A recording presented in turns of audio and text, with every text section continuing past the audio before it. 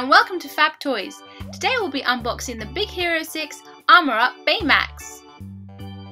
This Baymax comes with a collapsible armour that you can attach and detach as you please. Come on, let's open it and see how it's like. This toy comes with a Baymax figurine from the Big Hero 6 movie and an armour that consists of about 20 pieces.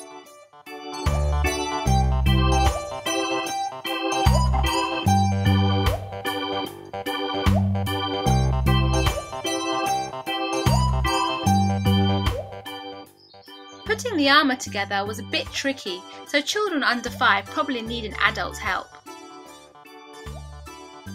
Let's see how well Baymax can fly. Okay Baymax, we have to take your armour off now.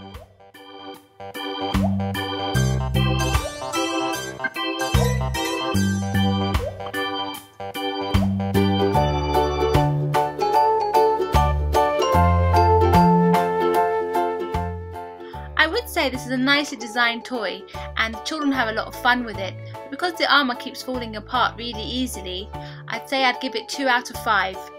We still love you, Baymax! Now we're going to try and make a Baymax out of Play-Doh. Should be simple enough.